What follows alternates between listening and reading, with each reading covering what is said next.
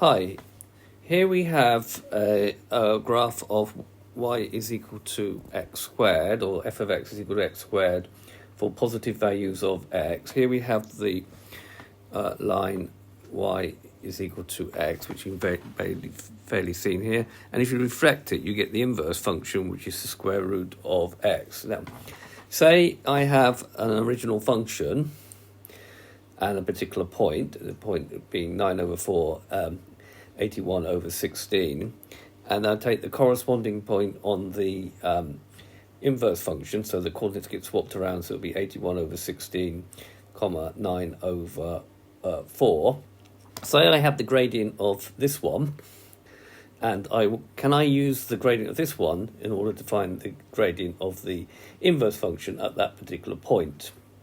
And this is what this video is about. Okay, now the reason for doing it, sometimes you will have this function, but it will be difficult to come up with the algebraic function of the inverse function.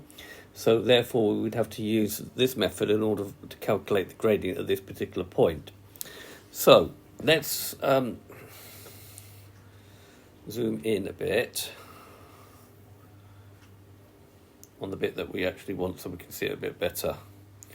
Maybe we can zoom one more time. Let's have a look. Yep, okay, so we can zoom one more time. So we can actually see a little bit better. Okay, so if I take this particular point and the derivative of x squared is 2x, so I'll do f dash of 9 over 4, that's the x coordinate, that'll be 2 times that will give me 9 over 2. Now, the derivative of the square root of x is 1 over 2 root x. Okay, so the corresponding y coordinate of this one, if it's on the inverse, will become the corresponding x coordinate on the inverse function. And then if I did the derivative of the inverse function, 81 over 16, we will see that that will be 1 over 2 times the square root of this. The square root of 81 over 16 is 9 over 4. And then the 2 will cancel, and we'll get 9 over 2. 1 over 9 over 2 will give me 2 over 9. And we can see that's going to be 1 over the derivative that we got here.